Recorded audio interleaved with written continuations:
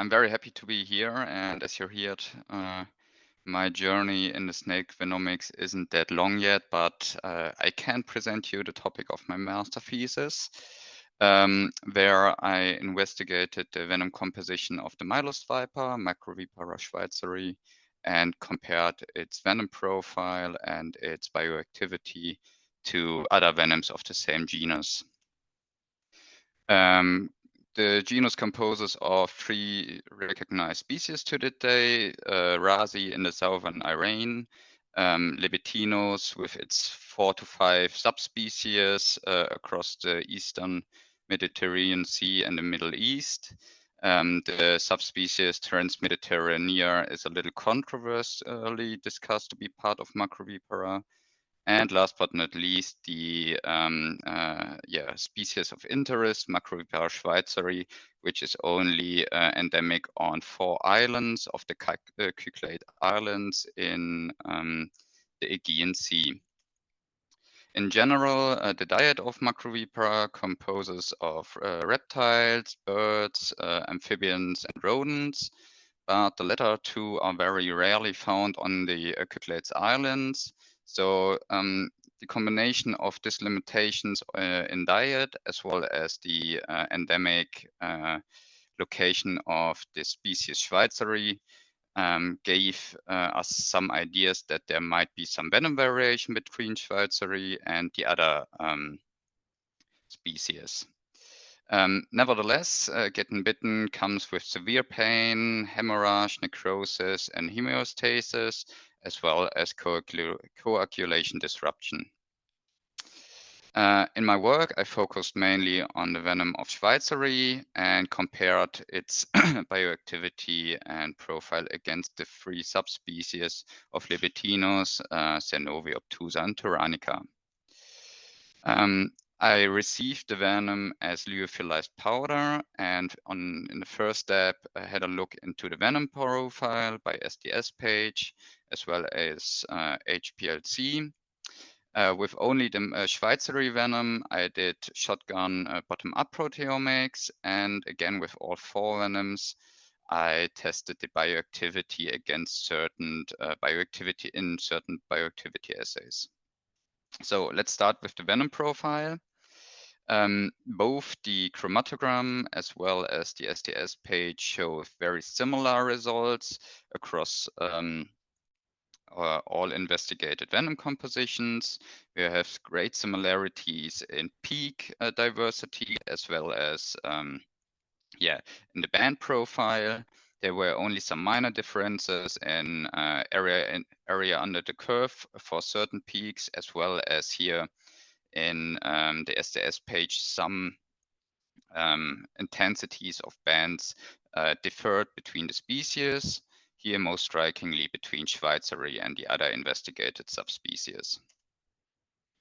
Coming to the venom composition of schweizeri, we did shotgun bottom-up proteomics and used a combination of 2 analysis tools, Peaks and Mascot, and annotated with that 463 venom components.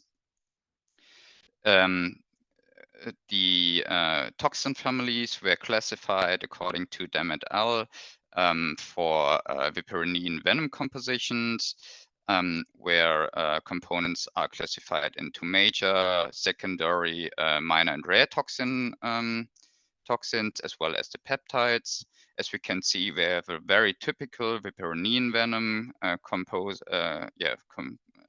made up by mostly major and secondary toxin families, and those families are also known to be predominantly proteolytic, cytotoxic, and in case of the L-amino acid oxidases as well as C-type lectins, also antibacterial.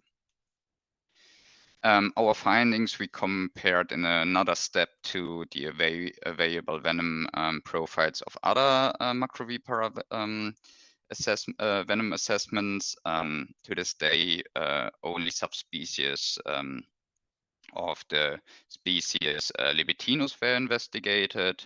In general, we can see that we have between our results In the former investigated venoms, great similarities between the major and secondary toxin families. Our data showed a greater variety for minor and especially rare components in Macrovipera schweizeri. This can be due to venom variation, but also due to our approach where we use two analysis tools. We used also a very sensitive mass spectrometer, as well as we had the most updated version database to annotate our findings to compare to the others. One side note, as you can see, the controversial discussed subspecies Transmediterranean shows also the most striking differences to the other venom compositions. The other subspecies of Libetinos show greater similarities to the sister species Schweizeri than to the sister subspecies Transmediterranean. Coming to the bioactivity assay, starting with the cell viability here on the left and the proliferation assay on the right, we applied all 4 venoms in 3 different dilutions to the cell lines. And in both assays, you can see that we have no consistent differences in cytotoxicity between the investigated venoms.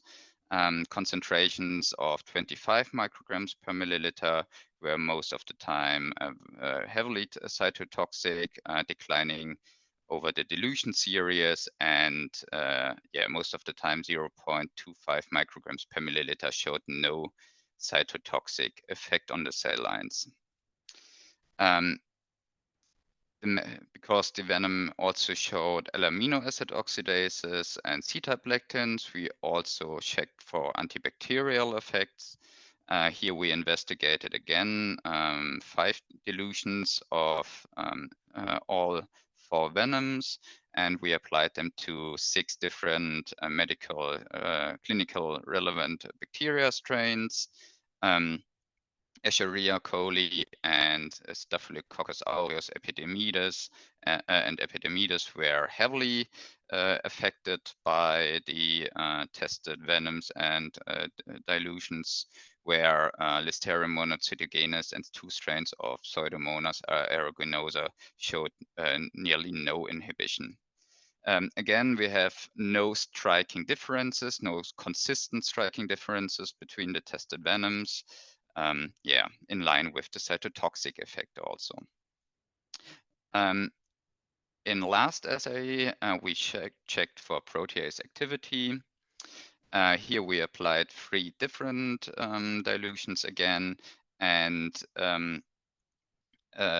here obtusa venom shows a slight higher trend for protease activity compared to the other venoms over the course of all 3 dilutions, but those effects were not significant in the end. To sum it up, we could successfully describe the venom composition of Schweizeri for the first time, the first species outside of Libetinos in Macrovipera. Schweizeri shows a very typical viperanean venom composition, as well as a very, in most cases, a typical Macrovipera venom composition.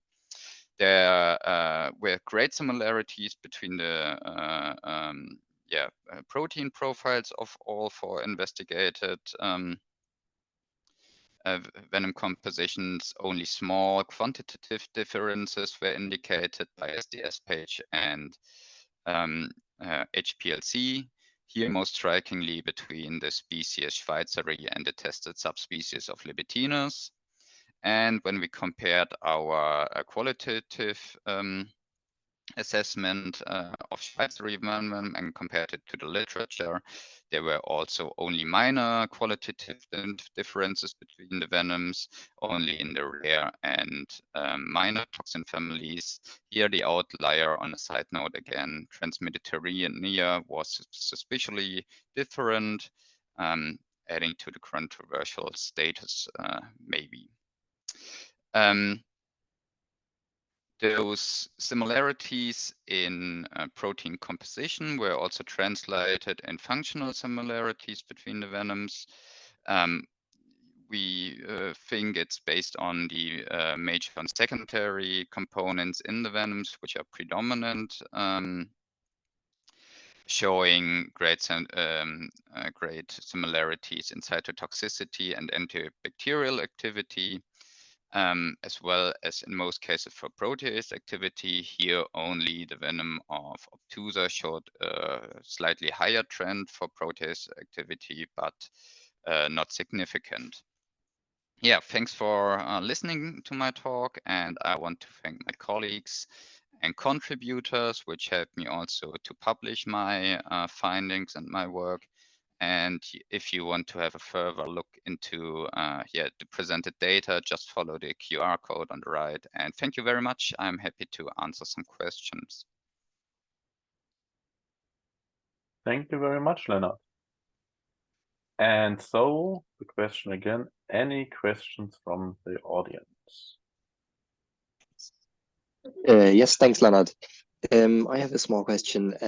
Where did you actually get the venom from? Like, who contributed to the work? We received the venoms from Latoxan. It's it's a snake farm, and we obtained them from them. All 4 venoms investigated here. Okay, so they were bred, or like they bred the animals there, or were they wild caught? They are very very sensitive about their data, but as far as I know, there are wild catches and then sustained in the snake farm, as far as I know. Okay, thanks again.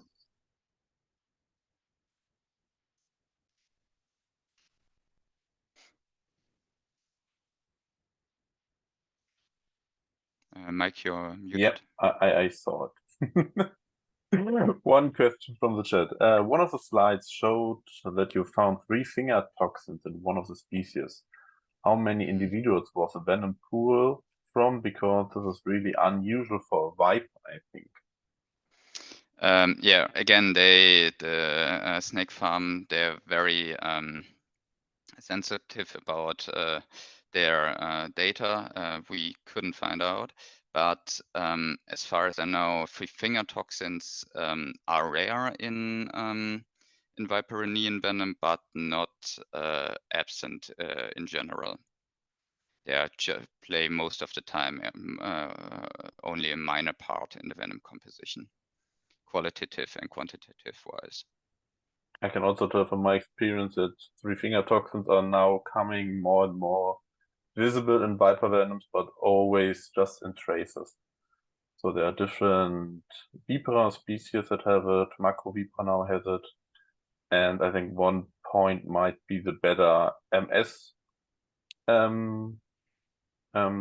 machines that are used, but also better tools for analyzing and the bigger databases, so that they were maybe just overlooked in previous data because they were not visible on the machines directly. Yes. And we have one question from Sudi Ramonos. Hello. Yes. Hello, great talk, everyone. So I'm particularly curious in the antibacterial activity. So I was wondering if you were able to look into the components that were responsible for the activity that you saw in the antibacterial assays. So if I understood you correctly, you wanted to know if we had a more specific look in the antibacterial components. For now, we couldn't. Yes. We just assessed the whole venom composition. Also in the bioactivity assays, we think that those are the amino acid oxidases and C-type lectins, mainly inhibiting bacterial growth, but for now we couldn't have a more closer look. We didn't separate certain components and checked for the antibacterial effect. But would Thank be you. interesting Yeah. indeed. I think that sort of answers my question. Thank you so much. Great.